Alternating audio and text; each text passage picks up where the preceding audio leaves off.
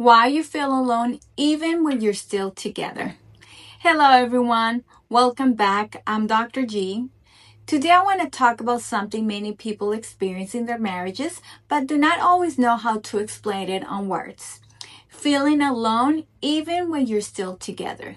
You can be married, living in the same household, sleeping in the same bed, sharing responsibilities, and still feel deeply alone. That kind of loneliness can feel confusing because from the outside everything looks perfectly fine. Maybe there's not a major crisis. Maybe there's not a dramatic betrayal. Maybe you're still doing life together like every day.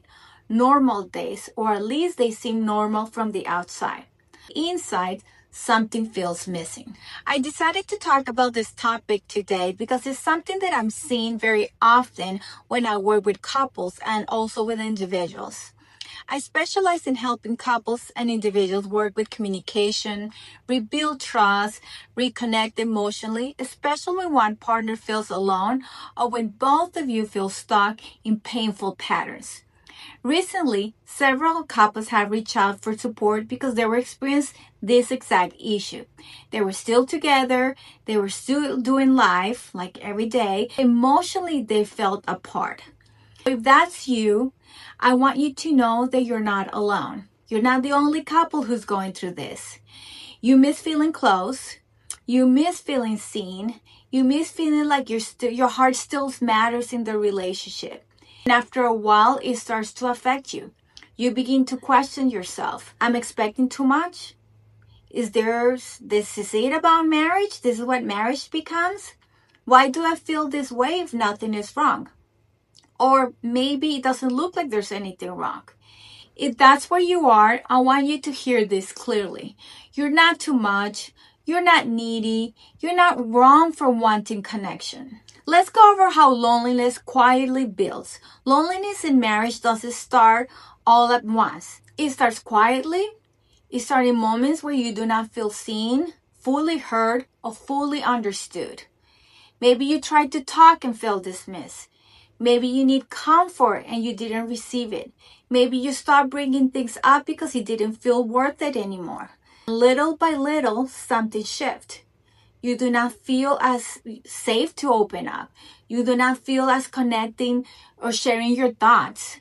You do not feel as close even when you're physically together. That's where loneliness begins. And often it shows up in small, everyday moments. For example, moments where you're rich and didn't feel met. For example, you tried to cuddle beside him and he kept scrolling his phone. You walk into the room hoping he'll notice. You were upset. He didn't. You asked for time together and he said, I'm too tired again. You reached out and felt alone. If this feels familiar, you're not imagining it. It's probably happening. For example, moments where you share and you feel dismissed. You open up about your feelings, feeling overwhelmed. And he says, oh, you worry too much. You share something that hurts you. And he said, you're too sensitive. You try to explain why you feel lonely. And he said, are we doing fine? You brought up your heart and it was dismissed or it was minimized. If that feels familiar, you're not imagining it. It's probably happening. When moments where your heart showed up and nothing met. You tried to create a meaningful moment. You just stayed in the surface level. You tried to talk deeply and the conversation shifted. You sat quietly hoping he'll notice. Nothing changed. You came with tenderness and there was nowhere for it to land. If this feels familiar, you're not imagining it. What happens over time is that you share less, you expect less, you protect more. Deep down, your heart starts asking, do I matter to you? Are you really here with me? Do you even see me anymore? That pain and that loneliness are real. So the question becomes, what happened? How do we get here? How do we go from feeling close to feeling distance? How do we go from sharing everything to barely talking about anything meaningful? How do we go from feeling chosen to feel like roommates now? For most couples, it wasn't one big moment. It was little by little. The missed conversations, the busy schedule, the unspoken hurt, the lack of time, the patterns no one noticed forming. Slowly, connection is not there anymore. Why disconnection happens? Sometimes it's just life, simple life, stress, work, kids, exhaustion, distraction. Sometimes it's what we learned growing up, not knowing how to talk about feelings, not knowing how to repair after conflict, not knowing how to stay emotionally connected. Sometimes it's just small habits that slowly create distance. Less checking in on each other, less curiosity about each other, less presence. Little by little, this connection just grows. Remember that we are spiritual beings designed for connection. We're not just physical beings, we're spiritual beings created by God, with hearts designed to connect. God created us for connection. That is where the need comes in. Not just to share the bills, not just to share responsibilities, not just to stay married on paper. He created us to be known, loved, and emotional present with one another. Your desire for closeness is not weakness, it's a design by God. Your need is a desire that makes sense. Healthy relationships bring the best in us.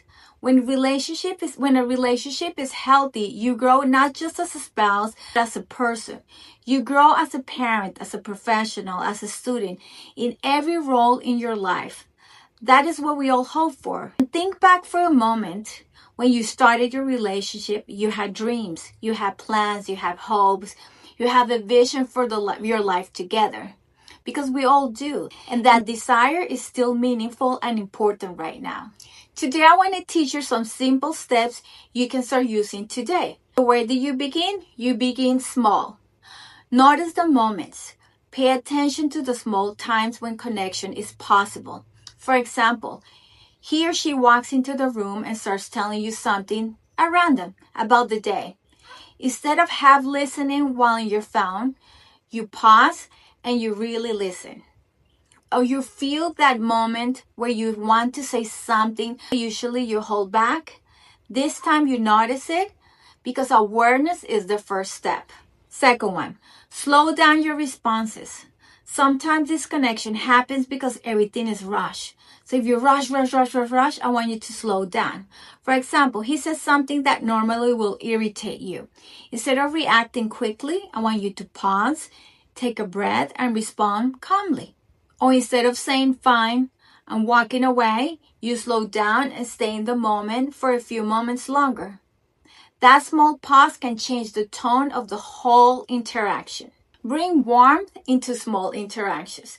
This is where connection really begins to shift. For example, when we walk into the room, instead of just continuing what you're doing, you want to look and say, how you doing today? With a soft tone, with a nice tone. Or you give a quick touch in the arm, a smile, eye contact, not force, not the forced smile, the forced smile. No, you want to be intentional. This moment may seem small, they build emotional safety. Very important. Fourth one, put simple words to how you feel.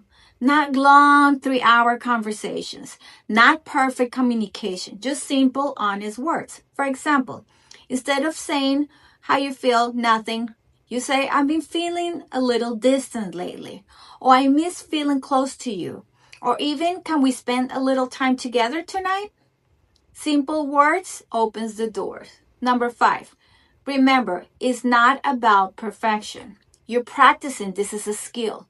Connection doesn't come back all at once. It's not like you try one day and it didn't work. It comes back in small moments. A softer response, a warmer tone, a small effort to turn towards each other. Those are the things that makes the difference. I hope this video helped you better understand why you feel lonely in your marriage, even when you're still together. And when you feel like you're the only one trying, I see you. You don't have to wait for your partner to be fully on board to begin creating change. My work is for couples. I also work with individuals, men and women, who are willing to start even if their partner isn't available yet or they're not ready yet. Because meaningful change can begin with one person choosing to show up differently. If this brought up some questions or you feel like you need support, I invite you to book a clarity call with me. Don't forget to download my free course, Why Arguments Become Big. It's really good to learn about triggers in your relationship. Download it, it's completely free. And please remember to subscribe, like, and share this with someone who might need the encouragement today or might just need the information. And please remember, with God, all things are possible.